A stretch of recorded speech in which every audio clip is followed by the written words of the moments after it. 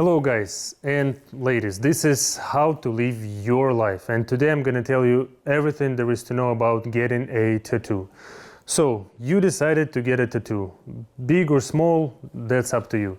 But there are a few things that you need to know before, even before you start choosing the place to get a tattoo. Number one, you need to get vaccinated against hepatitis B, or you need to check if you have enough antibodies that will protect you after you get a tattoo, because hepatitis B and C are the most common systemic infections that you can get. Number two, who shouldn't get a tattoo?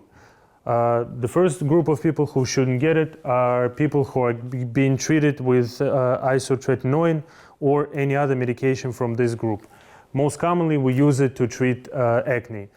Number two, if you ever get a keloid scar, which looks something like this, then if you get a tattoo, this will create basically a huge scar that will cover the whole tattoo. So you will not get a tattoo, you will get a nasty looking scar on your skin.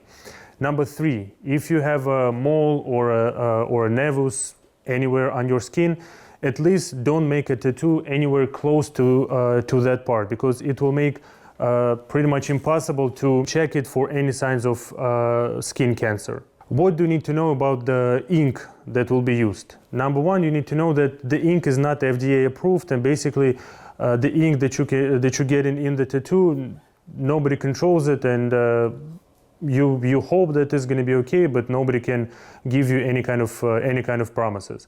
Two things that you must check. Number one, is there iron in the ink? So what happens during the tattoo? Basically, you get a needle, and needle goes deep into the dermal layer of the skin, and the ink gets deposited in the skin. This is, by the way, how your skin looks under the microscope in the cross-cut section. So if you have iron under your skin and then you go and get an MRI, there's a chance, it may be a small chance, but nonetheless it's a chance that the iron from your skin will be attracted to the magnet in the MRI machine, and you will get a severe burn and reaction on your skin, which will cover the whole tattoo. The bigger the tattoo, the higher the risk.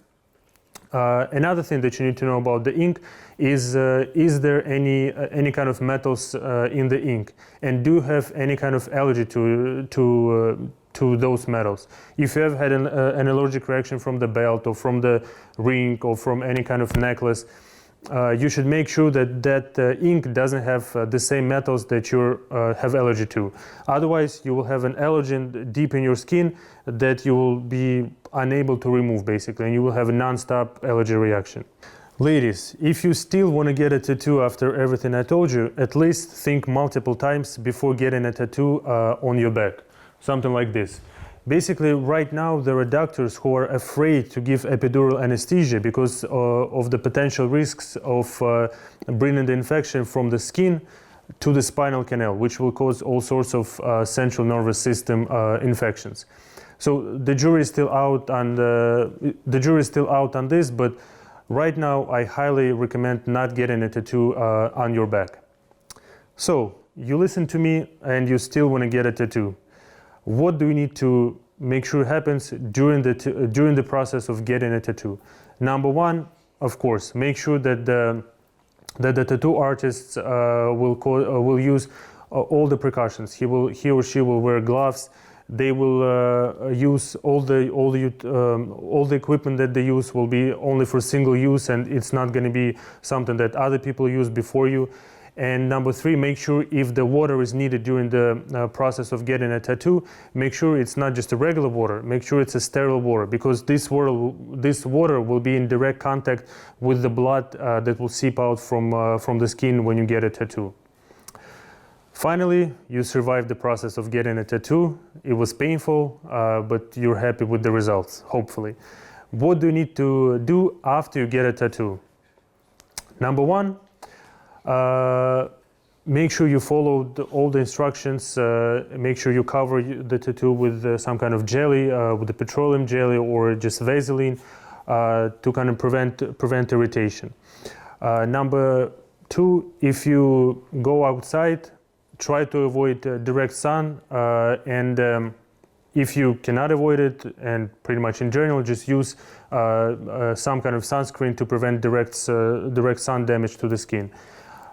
Number 3, if you're using a shower, avoid the water hitting the tattoo directly. If you still want to get a tattoo after everything I told you, that's basically up to you, because I'm not here to teach you how to live your life, but I know how to make it better.